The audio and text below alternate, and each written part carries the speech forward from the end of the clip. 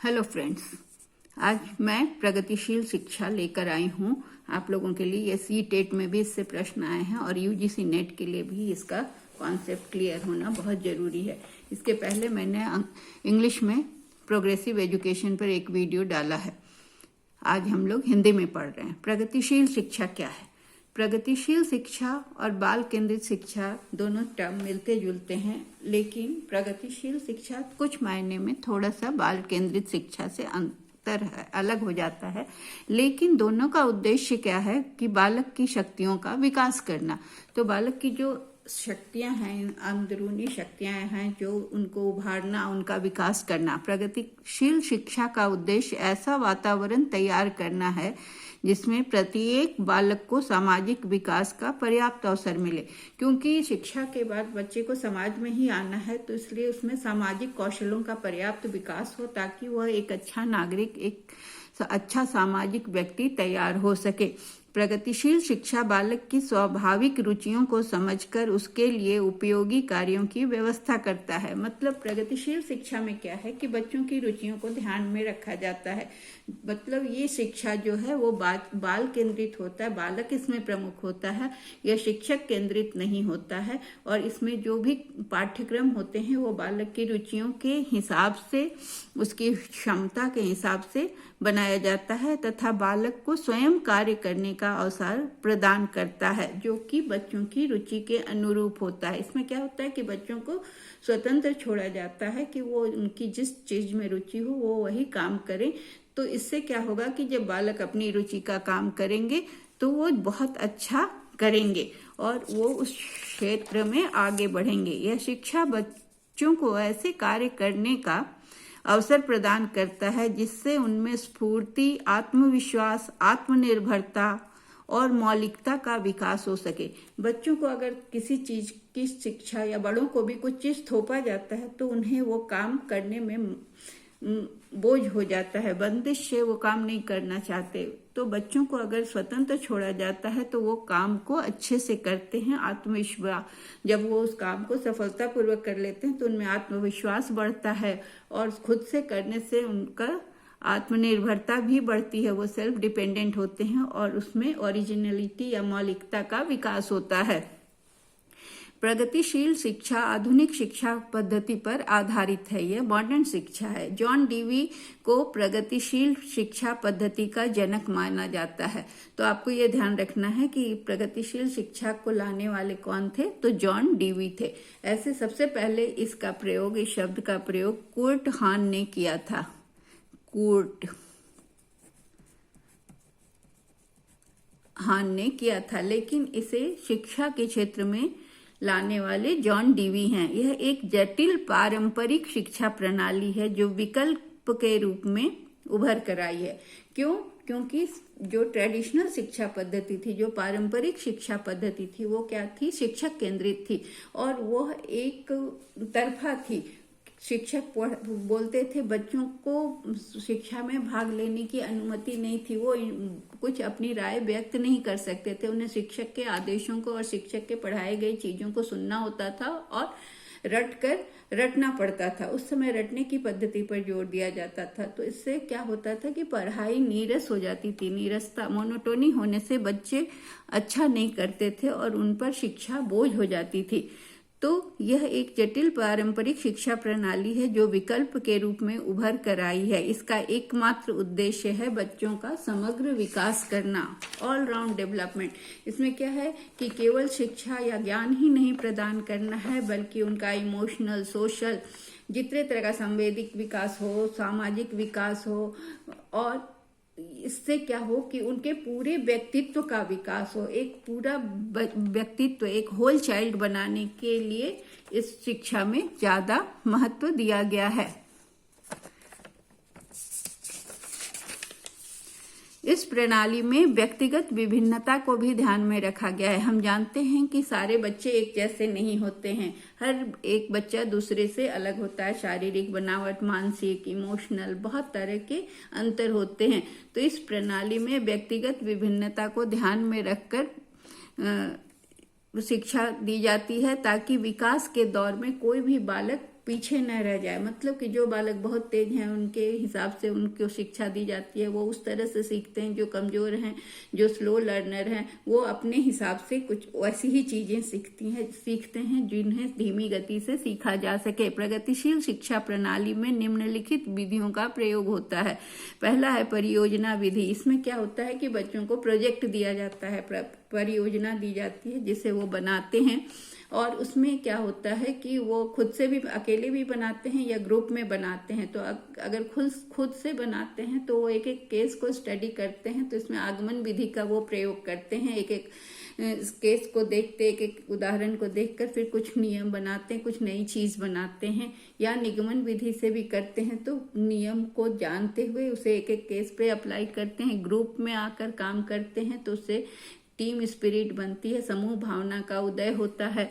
और इसमें क्या होता है कि जो बच्चे कमजोर होते हैं उन्हें भी सपोर्ट मिल जाता है, और ये ग्रुप में काम करने से थोड़े कमजोर बच्चे भी साथ साथ काम करके अब उनका आत्मविश्वास बढ़ता है। दूसरा है समस्या समाधान विधि। इसमें शिक्षक कोई समस्या देते हैं बच्चों को, जिसमें कि और शिक्षक के सपोर्ट से वो फिर उस समस्या का समाधान करते हैं।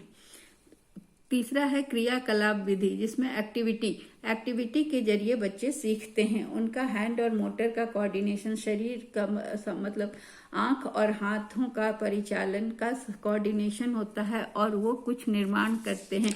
तो इसे हम क्रियाकलाप विधि कहते हैं। प्रगतिशील शिक्षा के 3 प्रकार हैं। पहला है मॉन्टेसरी शिक्षा, दूसरा है मानवतावादी शिक्षा, तीसरा है संरचनावादी शिक्षा। ये तीनों तरह की शिक्षा प्रगतिशील शिक्षा के अंग के रूप में है या प्रकार के रूप में है। मॉन्टेसरी शिक्षा की शुरुआत इटली के प्रमुख शिक्षाविद मारिया मॉन्टेसरी के द्वारा की गई थी।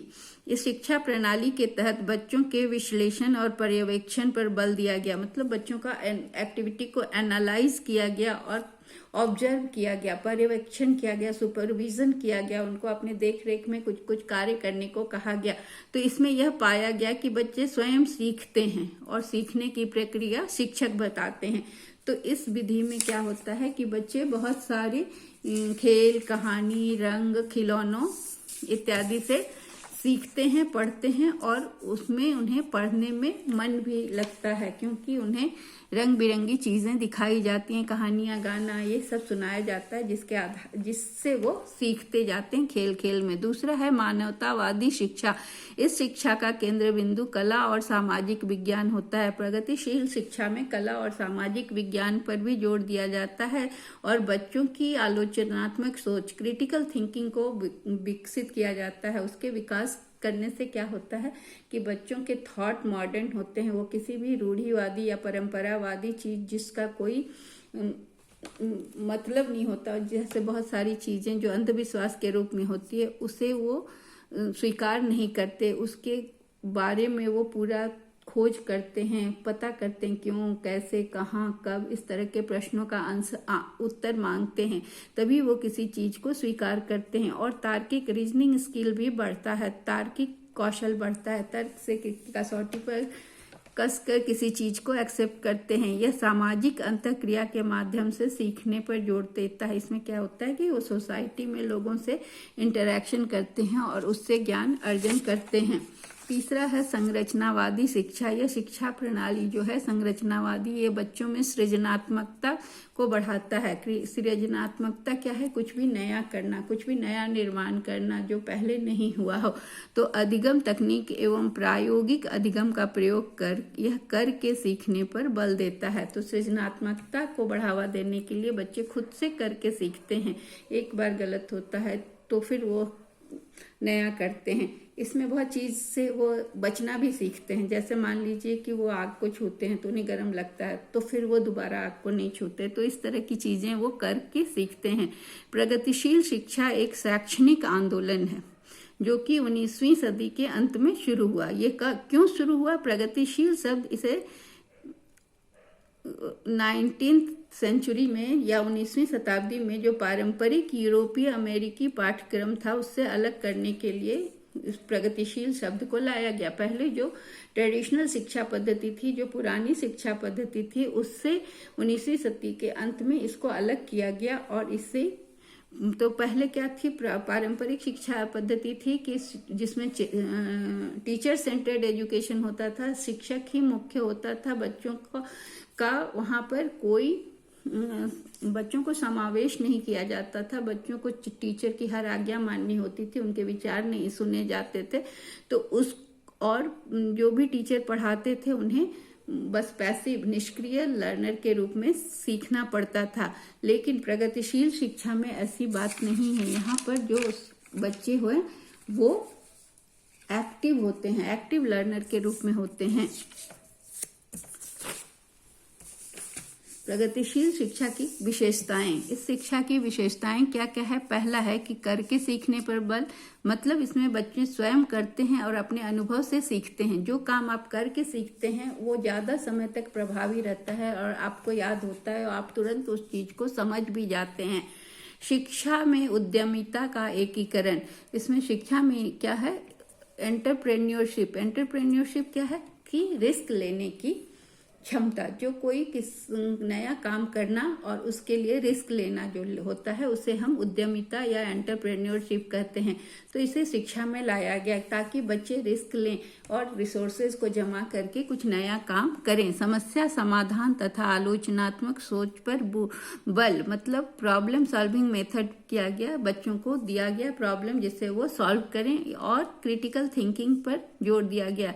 समूह कार्य, ग्रुप वर्क पर ज्यादा जोर दिया गया और सामाजिक कौशलों का विकास हुआ पर भी बल दिया गया। जब आप समूह में कार्य करते हैं तो आपको मिलजुल कर काम करना, सहयोग की भावना, समूह भावना, एक दूसरे की मदद करना, ये सारी चीजें जब आप समूह कार्य करते हैं तो इस तरह के सामाजिक कौशल आप में विकसित होते हैं। तो प्रगतिशील शिक्षा में इन चीजों पर जोर दिया गया। रटने की प्रक्रिया की समाप्ति और समझकर सीखने पर बल। पहले जो परंपरावादी शिक्षण था वहाँ टीचर पढ़ाते थे और बच्चों को वो रटना पड़ता था, समझ में आए या न आए उस समय वो बोल नहीं पाते थे, शिक्षक से उतने बच्चे फ्री नहीं होते थे। अब क्या है कि समझ कर सीखना, मतलब करके सीखना, समझ कर सीखना। यहाँ पर इस प्रगतिशील शिक्षा में छात्र और शिक्षक के बीच की दूरी भी कम हुई। बच्चे शिक्षक के साथ फ्री हुए और वो अपनी जो कुछ ना समझ आए उसे पुनः पूछ सकते हैं। सहयोगात्मक तथा सहकारी शिक्षण, यहाँ पर क्या हुआ कि कोलैबोरेटिव लर्निंग में क्या होता है कि बच्चे भी शामिल होते हैं, तो बच्चों के सहयोग से और कोऑपरेटिव मिलजुल कर टीचिंग भी होता है और सीखना भी होता है, इस पर जोर दिया गया। सामाजिक जिम्मेदारी तथा लोकतंत्र के लिए शिक्षा, इसमें समाज के महत्व को समझा गया और डेमोक्रेसी को बचाने के लिए डेमोक्रेटिक एजुकेशन दिया गया। इसका क्या मतलब है? लोकतंत्र के लिए शिक्षा का मतलब सबों को शिक्षा का समान अवसर मिले, सबों को समानता हो, एक जैसा अवसर प्रदान हो और सबके लिए बराबर मौके हों, अवसर प्राप्त हों। व्यक्तिगत शिक्षा ताकि निजी लक्ष्यों की पूर्ति हो। व्यक्तिगत शिक्षा का मतलब हुआ कि हर व्यक्ति की योग्यता और क्षमता के हिसाब से शिक्षा, ताकि वो उसके जो लक्ष्य हैं उसको वो पूर्ण कर सके, वो अपनी रुचि का भी शिक्षा ग्रहण कर सके। दैनिक पाठ्यक्रम में सामुदायिक सेवा और सेवा की शिक्षा वाली परियोजना को सम्मिलित करना। इसमें क्या हुआ कि समुदाय के प्रति भी बच्चों की जिम्मेदारियों को अवगत कराना और इस तरह की शिक्षा देना ताकि वो कम्युनिटी में या समुदाय में जाकर उनके लिए कुछ काम करें, जैसे सफाई का काम करें, उनके लिए किताब पढ़ के जाए, वहाँ पर कम्युनिटी हॉल में जाकर उनके लिए कोई प्रोग्राम पेश करें, उनमें जागरूकता पैदा करें। इस तरह की शिक्षा को, इस तरह के प्रोजेक्ट को शामिल किया गया।